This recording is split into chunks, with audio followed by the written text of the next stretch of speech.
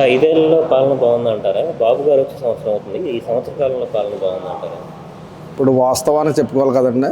ప్రజలకు దగ్గరగా ఏవైతే అనుకున్నారో ప్రభుత్వంలో గతంలో జగన్మోహన్ రెడ్డి గారు చేసినటువంటి పాలన మీద విసుగు చెంది ప్రజలంతా కూడా ఈయనకి పట్టం కట్టడం జరిగింది. పట్టం కడితే ఇప్పుడు ఆయన ఇచ్చినటువంటి సంక్షేమ పథకాల్లో సూపర్ 6 పథకాలు అని చెప్పి వచ్చారు. దాంట్లో అన్నింటినీ కూడా బాగా ఆలోచించి విద్యార్థులు అవుతేనేమి రైతులు అవుతేనే అందరూ కూడా ఈ ప్రభుత్వానికి పట్టం కట్టారు. అయితే మొట్టమొదటిగా ఆయన సంక్షేమంలో ఇచ్చినటువంటిది పెన్షన్ కార్యక్రమం ఇచ్చారు. పెన్షన్ ప్రతి ఇంటికి కూడా ఉదయం 6 గంటల నుంచి పట్టుకెళ్ళి ఇవ్వడం జరుగుతుంది. అప్పుడు ఆరోపణలు ఏం చేశారంటే మరి వాలంటీర్లు ఉన్నారు కదా, వాలంటీర్లు అందరూ కూడా ఉదయం నుంచి సాయంత్రానికి ఇచ్చేసారు. అది ఇప్పుడు అమలు జరుగుతుందా, చేస్తారా చేయలేదని చెప్పేసి అన్నారు. దాన్ని వాలంటీర్ని పక్కన పెట్టి ఎవరైతే ఉద్యోగులు ఉన్నారో సచివాలయ సిబ్బందిని వేసుకుని అక్కడ కార్యకర్తలతోటి అనుసంధానం చేసి ప్రతి ఇంటికి కూడా 1వ తారీఖునే ఉదయం 6 గంటలకే వెళ్ళి డిస్ట్రిబ్యూట్ చేయడం జరుగుతూ ఉంది. అదే సెలవు వచ్చింది అనుకోండి, ముందు రోజుగానే కూడా ఇచ్చి ప్రతి ఎవరైతే వృద్ధులు, వికలాంగులు, ఇంకా అనారోగ్యంతో బాధపడే వాళ్ళకి కూడా పెన్షన్లు ఇవ్వడం జరుగుతుంది. ఇది మొట్టమొదటిగా బాబు గారు చేసినట్టు కార్యక్రమం.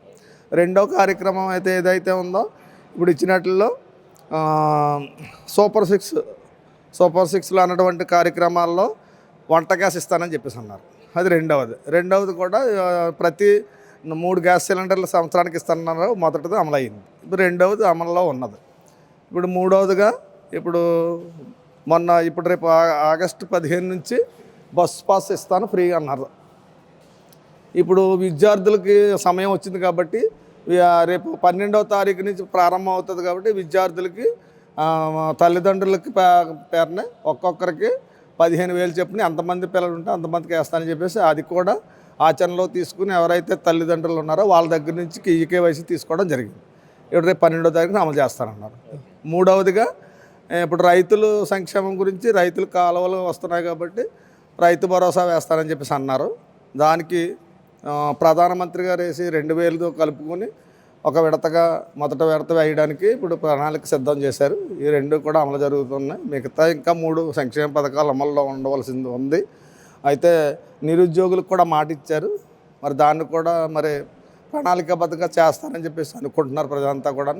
మరి అవి కూడా చేస్తే మరి మంచి ప్రభుత్వం అని చెప్పేసి చంద్రబాబు నాయుడు తీసుకున్నది. రెండవది ఏంటంటే ఈవేళ మేము ఇక్కడ ఆఫీస్కి ఎందుకు వచ్చామంటే మరి పార్టీ సభ్యత్వం తీసుకుని ఎవరైతే మరి భరోసా కల్పించారో వాళ్ళు కోల్పోవడం జరిగింది. 39 సంవత్సరాలకు ఆమె పాముకోటకు గురయ్యి సభ్యత్వం తీసుకోవడంలో చనిపోయింది. దానికి ఇక్కడ భరోసా ఇస్తారని చెప్పేసి ఏవైతే మరి దానికి నష్టపోయిందో దానికి నామినీకి ఇస్తానన్నారు కదా, నామినీ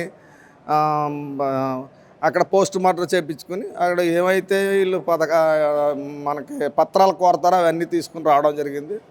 ఆ విధంగా చేసినట్లయితే మరి ఆ కుటుంబం ఎవరైతే ఈ సభ్యత్వం పొంది దాని ద్వారా నష్టపోయిన వాళ్ళు ఉన్నారో వాళ్ళకి భరోసా కల్పించారు. కాబట్టి ఇది మంచి కార్యక్రమం. ఆ కార్యక్రమం మీద మేము ఇక్కడికి వచ్చాం. బాబు గారు అమౌంట్ రాలేదు, అప్లై చేస్తున్నాను. తీసుకున్నారండి, అప్డేట్ చేశారు. దానికి తర్వాత తదుపరి చర్యలు జరుగుతాయి. సమయం 2 నెలలు, నెల 15 రోజుల్లోనే వస్తుంది. మీరు అన్ని సబ్మిట్ చేశారు కాబట్టి చెప్పారు. అది జరిగిందండి. తర్వాత ఇంక నేను కోరుతున్నానంటే బాబు గారికి విజ్ఞప్తి ఏం చేస్తున్నానంటే ప్రజలు ఈ సభ్యత్వం తీసుకుని పార్టీ తరపున పనిచేసిన వాళ్ళు కాకుండా మొత్తం రాష్ట్ర ప్రజలంతా కూడా గతంలో చంద్రన్న బీమా ఇచ్చేవారు. చంద్రన్న బీమా ప్రతి కుటుంబానికి గత ప్రభుత్వం అయితే ఒక యజమానికే ఇవ్వడం జరిగింది.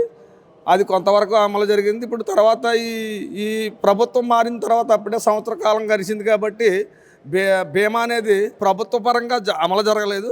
బాబు గారికి నా సలహా ఏంటంటే, నా సలహా కాదు విజ్ఞప్తి కూడాను, మరి ఆయన పెద్దవారికి నేను సలహా ఇచ్చేవాడిని కాదు కాబట్టి విజ్ఞప్తి చేస్తూ ఉన్నాను.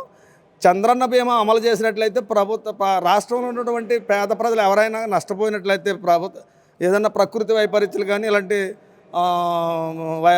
అంగవైకల్యం జరిగినప్పుడు యాక్సిడెంటల్ బెనిఫిట్ ఏదన్నా చంద్రన్న బీమా భార్యాభర్తలిద్దరికీ అమలు చేయాలని చెప్పేసి చంద్రబాబు గారికి నేను మీ ద్వారాగా విజ్ఞప్తి చేస్తూ ఉన్నాను. మంచి ప్రభుత్వం. చంద్రబాబు గారికి నా ధన్యవాదాలు. ఉద్యోగాలు కల్పిస్తామని చెప్పేసి ఎవరికి అంత లైఫ్ వచ్చింది కల్పించారు. ఈ గత 5 ఏళ్ల పాలన మీకు స్టూడెంట్స్కి కానీ లేకపోతే ప్రజలకు కానీ దగ్గరగా ఉందంటారా, లేకపోతే సంవత్సర కాలంలో బాబు గారు చేసిన కార్యక్రమాలు ప్రజలకి స్టూడెంట్స్కి దగ్గరగా ఉన్నాయంటారా? అంటే అది కంపేర్ చేయడానికి అసలు అది సబ్జెక్టే కాదు. 5 years equal to not at all 1 year అనమాట. అవునా కదా? సో కొంచెం టైం పడితే ఖచ్చితంగా ఇంకా బాగుంటుందని నా అభిప్రాయం. సెకండ్ థింగ్ ఏంటంటే లాస్ట్ గవర్నమెంట్లో మీకు అందరికీ తెలిసిందే, ఏదైతే గవర్నమెంట్ ఉద్యోగాలు ఇస్తా ఉన్నాడో అది వాలంటీర్ల వరకు ఆగిపోయింది. ఫర్దర్గా ఇంకేం ఉద్యోగాలు ఇవ్వలేదు ఎవరు కూడా ఉన్న వాళ్ళు. ఈయన వస్తే లాస్ట్ టైం తెలంగాణ ఉమ్మడి ఆంధ్రప్రదేశ్ ఉండేటప్పుడు ఎలా ఉందో రేపొద్దున్న కూడా మళ్ళీ ఆంధ్రప్రదేశ్ భవిష్యత్తు కూడా అలానే తయారవుతుంది నా నమ్మకం, మా అందరి నమ్మకం. సో వీఆర్ హియర్ అనమాట. ఈ సంవత్సర కాలంలో పాలన ఎలా ఉందంటారు అసలు? పాలన ఎలా ఉంది అంటే పైసలు అయితే లేవు ప్రస్తుతానికి రాష్ట్రం ప్రభుత్వం దగ్గర. సో ఇంతకు ముందులాగా అప్పులు తెచ్చి సంక్షేమ పథకాలు ఇవ్వడం కంటే డెవలప్మెంట్ నెక్స్ట్ డబ్బులు సంపాదించి అప్పుడు పంచిపెట్టడం అనేది ఒక ప్రాసెస్ అనమాట. సిస్టమేటిక్గా వెళ్తున్నారు ఈయన. సో అది first of all revenue generation తర్వాత స్కీములని లేదంటే దాన్ని ఇంకేదైనా పెట్టుకుని తప్పులేదు. అది యాక్సెప్ట్ చేస్తారని నేను అనుకుంటున్నాను జనాలు. ఈరోజు ఏదో వేరే వాళ్ళు వచ్చి బుర్ర చల్లడం అనేది సహజం, వెరీ నేచర్ అనమాట. ఆపోజిషన్ గవర్నమెంట్ ఉన్నప్పుడు ఆపోజిషన్ ఎప్పుడు డిఫెండ్ చేస్తూ ఉంటుంది, గవర్నమెంట్ ఎప్పుడు దానికి ఇవ్వాల్సిన సమాధానాలు ఇచ్చి ముందుకు వెళ్తూ ఉంటారు. వీళ్ళు ఏదో అపోజ్ చేసిన వీళ్ళు ఆగిపోరు కదా, వీళ్ళ పని వీళ్ళు చేసుకుంటూ ఉంటారు. అదే గవర్నమెంట్ అవును. అది మీరు ఎక్కడి నుంచి వచ్చారు? నాది శ్రీకాకుళం. సంవత్సరం అవుతుంది. ఈ సంవత్సర కాలంలో మీకు ఎలా అనిపిస్తుంది? రాష్ట్రంలో ఒక నరకాసుర పాలన పోయి, ఒక అరాచక పాలన పోయి ఒక సంవత్సరం కాలం గడిచింది. ప్రజలందరూ కూడా ఆ 5 సంవత్సరాలు బిక్కుబుక్కుమంటూ బతికారు. ఏ స్వేచ్ఛా స్వతంత్రాలు లేకున్నా, ఏం మాట్లాడాలన్నా ఎప్పుడు ఎటువంటి కేసులు పెడతారో తెలియదు, ఎప్పుడు ఎటువంటి నిర్బంధాలు చేస్తారో తెలియదు. ఆ విధంగా ఉన్నింది. కేవలం దాచుకోవడమే లక్ష్యంగా జగన్మోహన్ రెడ్డి పరిపాలన జరిగింది. ఈ సంవత్సర కాలంలో గతంలో ఉన్నటువంటి లోటు బడ్జెట్ను పూడ్చడం కానీ, అనేక సంక్షేమ కార్యక్రమాలు తీసుకురావడం కానీ, గాడి తప్పిన పరిపాలనను గాడిలో పెట్టడం కానీ, అనేక సంక్షేమ కార్యక్రమాలు. ఈరోజు ఎన్నికల హామీలో ఇచ్చిన దాని ప్రకారం ఏదైతే పెన్షన్లు ఉండిందో 1వ తేదీకి ఖచ్చితంగా టెన్షన్గా వాళ్ళకి పడడం జరుగుతుంది. 4,000 రూపాయలు వృద్ధులకు కానీ వికలాంగులకు కానీ, అదేవిధంగా 10,000 రూపాయలు సంబంధించిన అంగవైకల్యం ఉన్నటువంటి వాళ్ళకు, పూర్తిగా అంగవైకల్యం ఉన్న వాళ్ళకు 10,000 రూపాయలు పెన్షన్ ఇవ్వడం కానీ, అదేవిధంగా గతంలో అనేక కుంభకోణాలు జరిగి, అనేక స్కాములు జరిగి, ఉదాహరణకు ఒక రైస్ సంబంధించిన చూసుకున్నట్లయితే రైసు సంచులు కానీ, అదేవిధంగా ఏదైతే వాహనాల పేరుతో కోట్లాది రూపాయలను ప్రజల యొక్క ధనాన్ని ఏ విధంగా దారి మళ్లించారో చూడడం జరుగుతుంది.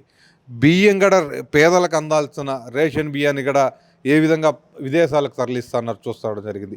ఈ వ్యవస్థలన్నింటినీ ఒకదాన్ని సెట్ చేసుకుంటూ ఈ సంవత్సర కాలంలో ఈ ఆంధ్రప్రదేశ్ రాష్ట్రంలో ఉన్నటువంటి సామాన్య ప్రజలకు, పేద మధ్యతరగతి ప్రజలకి సంక్షేమ పథకాలు అందించాలన్న లక్ష్యంతో ముఖ్యమంత్రి నారా చంద్రబాబు నాయుడు గారు కానీ, యువనేత నారా లోకేష్ గారు కానీ, పవన్ కళ్యాణ్ గారు కానీ ఒక దృఢ సంకల్పంతో పనిచేస్తున్నారు.